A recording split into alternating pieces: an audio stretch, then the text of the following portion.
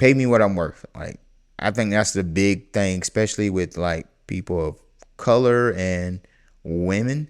It's just that you get. I just hear stories all the time. I've never had.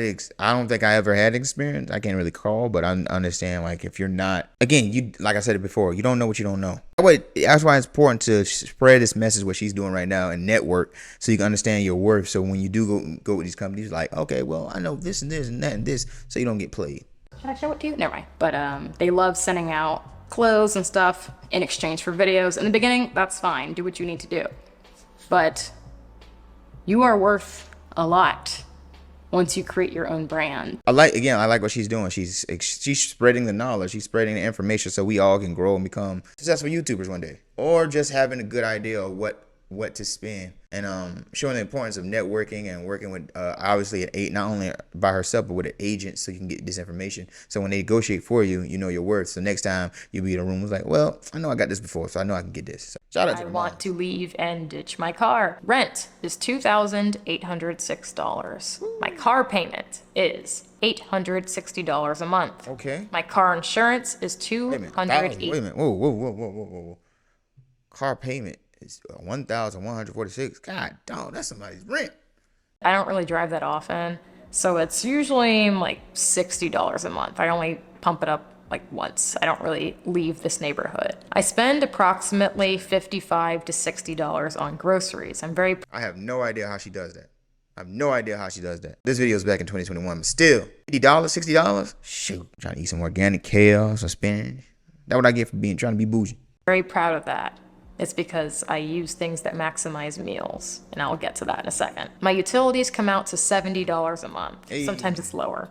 And my phone bill is $44.99. Some of these numbers change, like food and gasoline, but the total that I'm usually spending is about $4,196 on my existence. Treat myself to a vintage luxury item, then resell it when I get bored. So when you have certain luxury items such as purses, I know watches for sure, certain watches you can resell and make more money for them. So I'm all for those. Nothing that depreciates, or everything that appreciates. Nothing that depreciates, but everything that appreciates. See what I did there? The true net amount that I get to actually keep per month is around $26,500. I'm spending just under a sixth of my income. That is still way too much for me. I don't think my existence. But I've heard some places in like Miami or LA are like $4,000, $5,000 for just rent. That's not including utilities. So that is a lot. My lease back to Boston, get on the train and not need a car because I just don't like the car thing at all. Yeah, judge me all you want. I do not like driving, but I'm more of an Uber and Lyft type of guy. I'll catch a ride with friends. I really don't like driving. Just because LA, there's no parking like that. So then you got to go find parking. And then if you got to go find parking, you got to go walk all the way to the places that you could have drove and just got dropped off to. It's just, yeah. And we back home in the Carolinas, yes, get a car. LA, you need a car to get to where you're trying to get. But if they ain't got no parking, listen, man, what's the mission, what's the task? And I'm getting out of that. That's just too much. Or what used to be minimalism. I don't really label what I'm doing anymore because, first of all, I'm a young person. Whenever I say something, take it in stride. I will probably change my mind in 3 months. Never get a car, and I reluctantly got one 2021, over $1,100 car payment. And I'm enjoying my space during the panning. Yep, 2020. Now, there are some things that I just flat out refuse to spend money on. One of those is new technology. I refuse to get a new iPhone until my current phone fully breaks apart. I just think we are so overly privileged. I pay way too much money for my phone bill. Way too much money. But for me, I use my phone on a daily, pay bills, network, and especially if you're a content creator, you need your phone. Their facial recognition, I don't understand. I don't like it. So I am very stubborn. I have had the same phone since early 2017. I bought the iPhone 8 Plus and said I'm going to use this until I fully use its full value. Now it is literally broken apart, the home button. She had that phone. Ooh, that phone button came off. My goodness, yeah, it's time to get a new phone. Usually after 2.5 years, it's time for me to get a new phone. So usually after the 2-year mark, I usually be with the same phone for 2.5 years, and after that, I get a new phone. Because either the charging the battery drains so fast, or there's a major upgrade, and I'm like, oh man, I gotta get a better camera.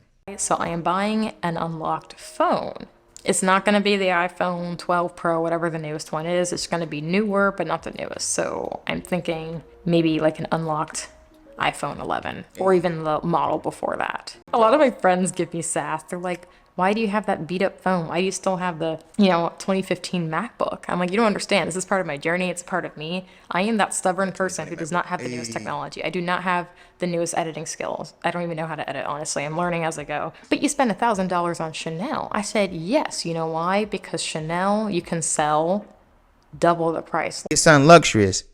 You might as well invest it, treat it as an investment so you can resell it and make more money. See?